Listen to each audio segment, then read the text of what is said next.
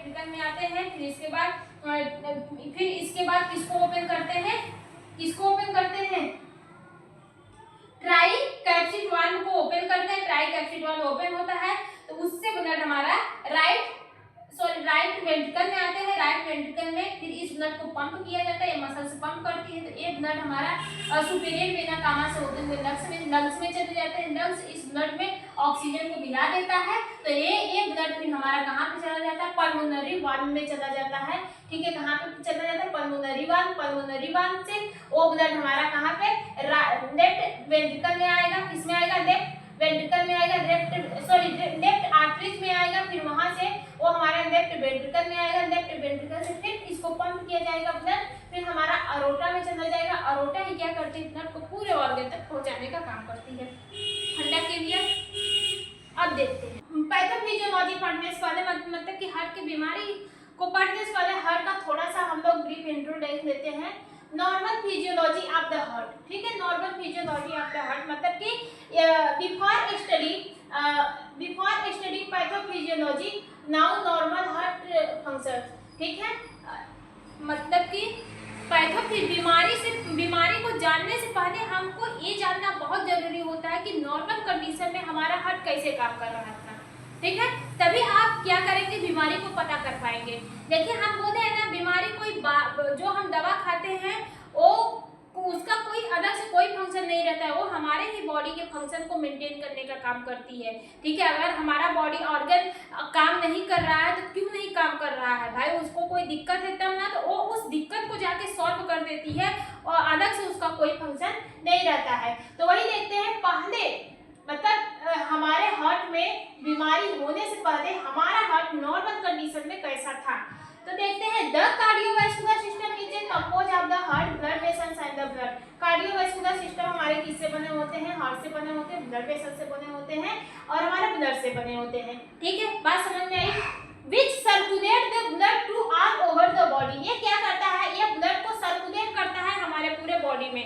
कैसे सर्कुलेट करता है, ब्लड को पंप करने के बाद, ब्लड को पंप करके क्या करता है, ब्लड को हमारे पूरे बॉडी में सर्कुलेट करते हैं।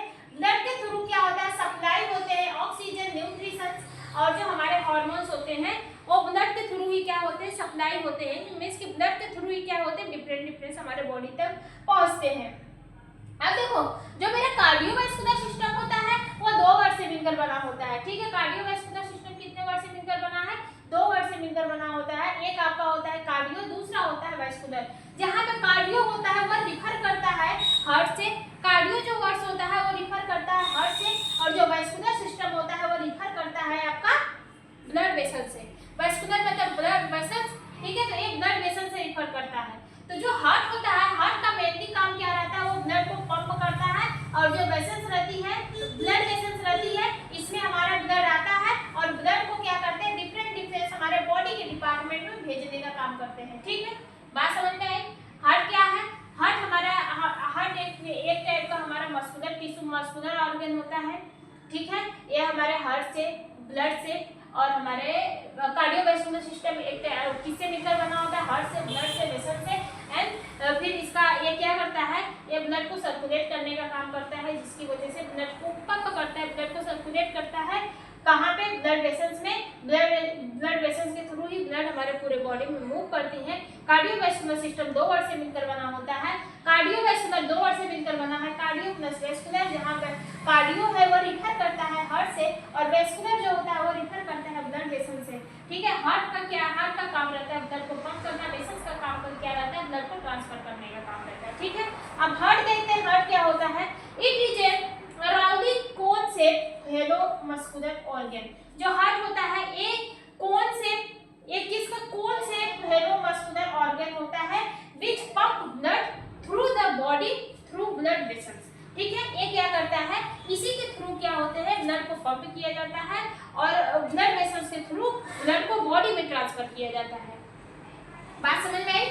हार्ट क्या होते हैं, हार्ट एक टाइप का कोन शेप मस्कुलर स्ट्रक्चर होता है, मस्कुलर ऑर्गन होता है जो ब्लड को पंप करने के लिए मदद करता है। मतलब कि इसी के थ्रू ब्लड को पंप किया जाता है, वो ब्लड हमारे ब्लड वेसल्स में जाते हैं और ब्लड वेसल्स से ब्लड हमारे पूरे ऑर्गन में डिस्ट्रीब्यूट हो जाते हैं।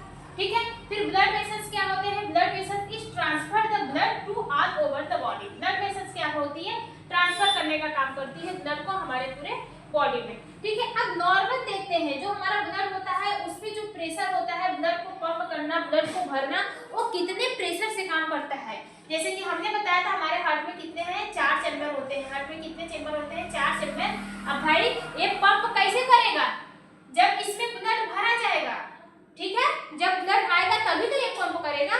तो वो जो ब्लड हमारे हार्ट में आता है वो कितने प्रेशर से आता है, और हमारा ये जो ब्लड हमारे ब्लड जो हमारा हार्ट है वो ब्लड को जब ऊपर फेंकता है, मींस हमारे पूरे ऑर्गन में फेंकने का काम करता है, वो कितने प्रेशर से काम करता है। तो इसको देखते हैं। सबसे पहले क्या आता है, सिस्टोलिक। क्या आता है, सिस्टोलिक। अब देखो सिस्टोलिक किसे कहते हैं, सिस्टोलिक।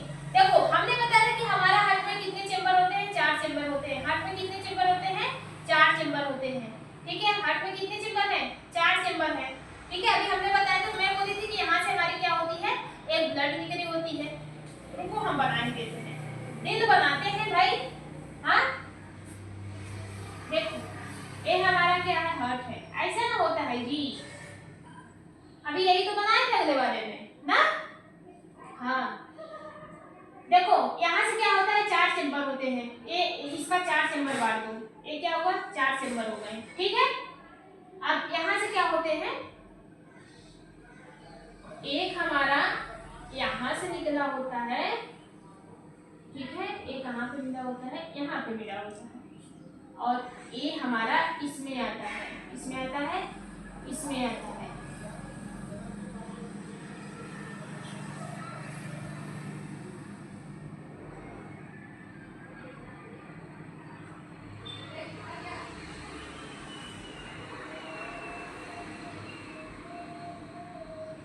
समझाने के लिए बता रहे हैं, हालांकि इसमें गैप हो गया लेकिन गैप नहीं रहता है।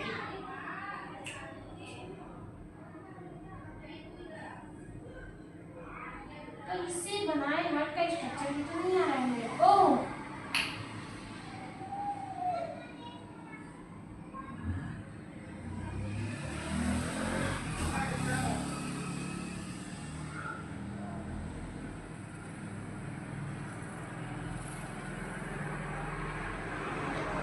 राइट आर्टरी, राइट वेंट्रिकल,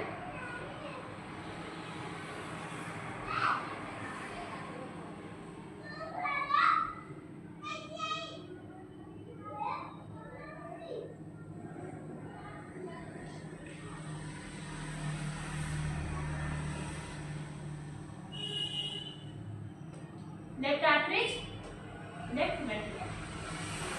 समझो बच्चा, यहाँ से हमारी क्या लगी रहती है, वो मसल्स लगी रहती है। ये हमारी मसल्स यहाँ की थोड़ी पतली होती है, यहाँ की। अंडरस्टैंड, समझ में आया। देखते हैं सिस्टोलिक, देखते हैं सिस्टोलिक। पहले देखते हैं क्या बोल रहा है, it is the maximum pressure in your arteries when the heart contract and pump blood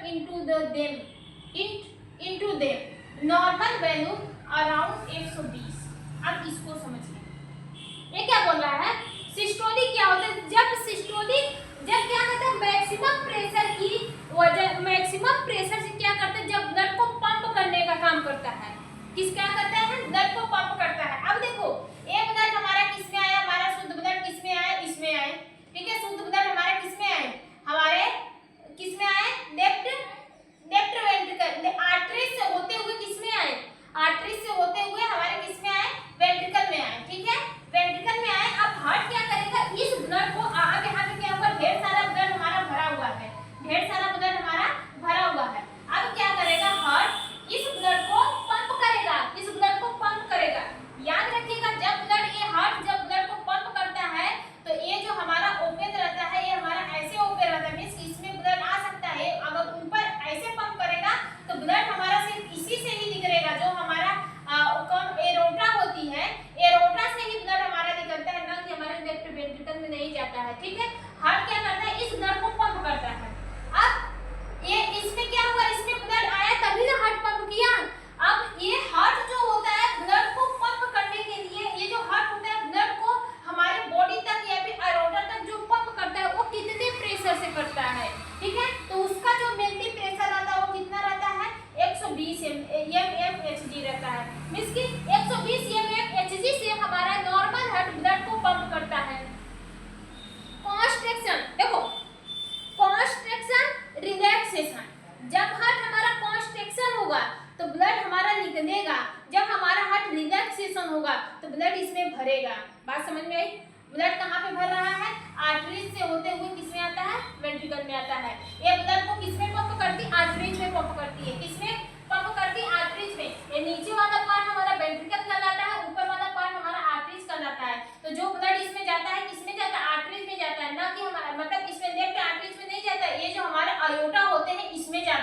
न कि इस वाले चैम्बर में जाता है। जाता तो आर्टरीज से है, हमारा ऊपर वाला भाग आर्टरीज का जाता है, नीचे वाला भाग वेंट्रिकल का जाता है।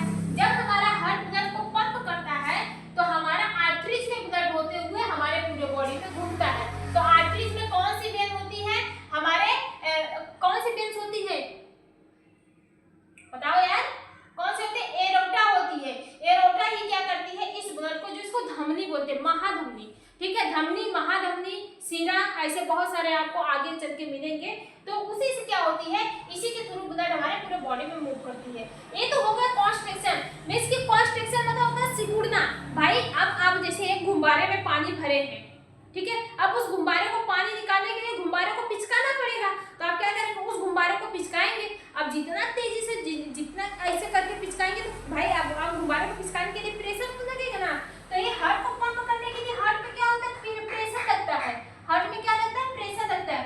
वही प्रेशर ही क्या कहलाता है, सिस्टोलिक कहलाता है। वो अराउंड कितना रहता है, 120 mmHg रहता है। जो ब्लड को पंप करने के लिए जो प्रेशर लगता है उसको सिस्टोलिक कहते हैं। ये अराउंड 120 mmHg होता है, ठीक है, अराउंड 120 mmHg होता है। बात समझ में आई? दूसरा कौन सा है, डायस्टोलिक। दूसरा कौन सा है, डायस्टोलिक। डायस्टोलिक मतलब होता है रिलैक्सेशन। क्या होता है, रिलैक्सेशन। हार्ट पहले ब्लड को ऐसे पंप किया, हार्ट है ये ब्लड को ऐसे पंप करके ब्लड को बाहर निकाला, फिर रिलैक्सेशन करेगा, रिलैक्स होगा। जब ये रिलैक्स होगा तो इसमें क्या होगा, ब्लड भरेंगे। जब मतलब कि ऐसे किया फिर ब्लड निकल गया, फिर जब ये रिलैक्स होगा फिर इसमें आके ब्लड हमारा भर जाते हैं। तो वो जो ब्लड आता है, देखिए क्या बोलते हैं, it is the minimum pressure in your arteries when the heart relax between the beat and the fill with the blood. Means कि जब वो बीट करके मतलब ऐसे पंप किए तो बीट हुआ, धक से किया पंप किया, धक से किया तो वो बीट है। जो धक धक की आवाज सुनाती है वो बीट होती है। ऐसे किया फिर उसके बीच में थोड़ा सा रिलैक्स होता है। हार्ट हमारा क्या होता है, रिलैक्स होता है, फिर पंप करता है, फिर रिलैक्स होता है, फिर पंप करता है। इसीलिए धक धक धक धक की आवाज सुनाती है। जब धक करता है तो वो सिस्टोलिक कहलाता है। जब रिलैक्स होता है तो उसमें कोई आवाज नहीं आती है, वो आपका डायस्टोलिक कहलाता है, ठीक है। धक धक धक धक हार्ट करता है, सुने हैं, धक धक हार्ट कर रहा है, वाकई में हार्ट धक धक करता है। जो धक धक करता है तो वो वहाँ पे क्या होता है, सिस्टोलिक होता है, वहाँ पे प्रेशर लगता है। जब हार्ट धक से करता है तो वहाँ पे कॉन्स्ट्रिक्शन होता है, हार्ट में कॉन्स्ट्रिक्शन होता है, हार्ट हमारा सिकुड़ता है। धक जब धक से करेगा ब्लड निकल के हमारे कहाँ पे जाएगा, हमारे बॉडी में जाएगा। जब वो रिलैक्स होगा इसमें ब्लड फिर हमारे भरेंगे। बात समझ में? Diastolic, it is the minimum pressure in your arteries when the heart relax between the beat and feel the blood, ठीक है। ये एक जब हमारा हार्ट रिलैक्स होता है, मीन्स कि जब ये बीट करके हार्ट हमारा रिलैक्स होता है, जब बीट किया धक से किया, फिर इसके बाद जब वो रिलैक्स होगा और रिलैक्स होगा तो उसके बीच में क्या होगा, ब्लड भरा जाएगा। वो हार्ट के बीच में ब्लड आएगा तो उसके बीच का क्या होता है, एक डिस्टेंस होता है, उसी को क्या कहते हैं, डायस्टोलिक कहते हैं। और जो एक ब्लड आता है, जो एक ब्लड हमारे फील होता है वो 80 mmHg प्रेशर से फील होता है। कितना, 80 mmHg प्रेशर से फील होता है।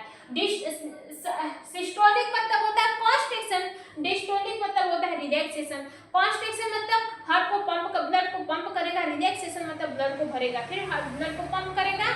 कॉन्स्ट्रिक्शन रिलैक्सेशन, बात समझ में आ रही है? तो कॉन्स्ट्रिक्शन में ब्लड को पंप करेगा, रिलैक्सेशन में ब्लड को भरेगा, फिर ब्लड को पंप करेगा, फिर रिलैक्स होगा, फिर इसमें ब्लड आएगा। तो जो पंप कर रहा है वो कितने प्रेशर से कर रहा है और रिलैक्स हो रहा है तो उसमें जो ब्लड भर रहा है वो कितने प्रेशर से भरता है। तो जो ब्लड भरता है वो 80 mmHg प्रेशर से भरता है। बात समझ में आई कि नहीं आई? अब देखो, यही आपकी जो बीपी होती है, नॉर्मल बीपी आपकी कितनी होती है, यही इसी को क्या कहते हैं, बीपी कहते हैं, ब्लड प्रेशर। हमारा जो ब्लड प्रेशर हो रहा है, ब्लड प्रेशर मतलब बीपी का फुल फॉर्म क्या होता है, ब्लड प्रेशर। ये ब्लड को पंप करने के लिए जो प्रेशर लगते हैं वो कितना होते हैं, 120 से 80 होते हैं। 120 आपका सिस्टोलिक होता है, जो जब हार्ट हमारा कॉन्स्ट्रिक्शन करता है, जब हार्ट कॉन्स्ट्रिक्शन करेगा ब्लड को पंप करेगा। डायस्टोलिक जब हमारा हार्ट रिलैक्स करता है तो उसके अंदर ब्लड को भरा जाता है, ये 80 mg होता है।